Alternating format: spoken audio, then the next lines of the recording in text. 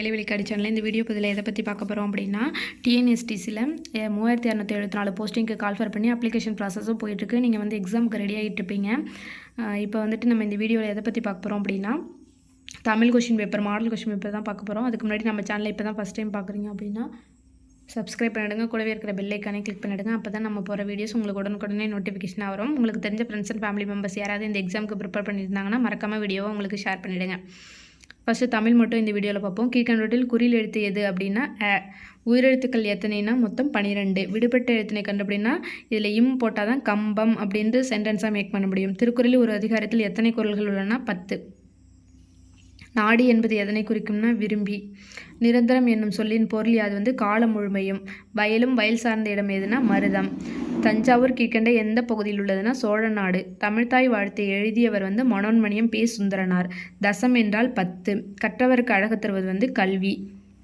கற்றவர்க்கு கல்வி நலனே கலனல்லால் மற்றார் அணிகலம் வேண்டாவாம் முற்ற முழுமணியும் பூணுக்கு புன்வேண்டா யாரோ அழகுக்கு அழகு செய்வார். இந்த பாடலில் கலன் எனப்படுவது அணிகலன்.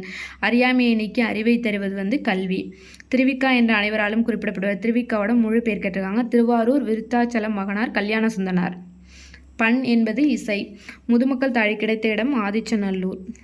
எந்த பாயில் குழந்தைகளை படுக்க வைப்பார்னா தடுக்குப்பாய். பிரம்பு எந்த வகை சேர்ந்தனா கொடி வகை தாவரம். முரசு என்பது தோல்கருவி. சிறிய உடுக்கையின் பெயர் வந்து குடுகுடுப்பை.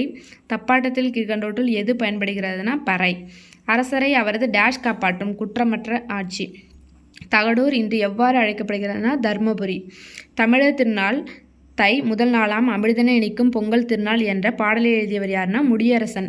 ஜாதி இரண்டொழிய வேறில்லை என்றே தமிழ்மகள் சொல்லிய சொல் அமிர்தம் என்போம் அப்படின்னு சொன்னது வந்து மகாகவி பாரதியார். நாடு மொழியின் நமது கண்கள்னு சொல்லியதும் மகாகவி பாரதியார் தான். இந்திய மொழிகளிலே மேலை நாட்டு எழுதுவதில் முதலில் அச்சேரிய மொழி எந்த மொழினா தமிழ் மொழி. முதல் தமிழ்கணினியின் பெயர் வந்து திருவள்ளுவர். தமிழன் என்று சொல்லடா தலை நிமிர்ந்து நில்லடா அப்படின்னு சொன்னது வந்து நாமக்கல் கவிஞர் வே. ராமலிங்க பிள்ளை.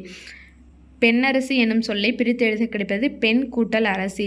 விருந்தே புதுமை என்று சொல்லியவர் வந்து தொல்காப்பியர். மருந்தே ஆயினும் விருந்தோடு உண் அப்படின்னு சொன்னது வந்து ஔவையார். கரிசல் இலக்கியம் எந்த வட்டாரத்தில் தோன்றியதுன்னா கோவில்பட்டி. உயிரை விட சிறப்பாக பேணி காக்கப்படுவது ஒழுக்கம்.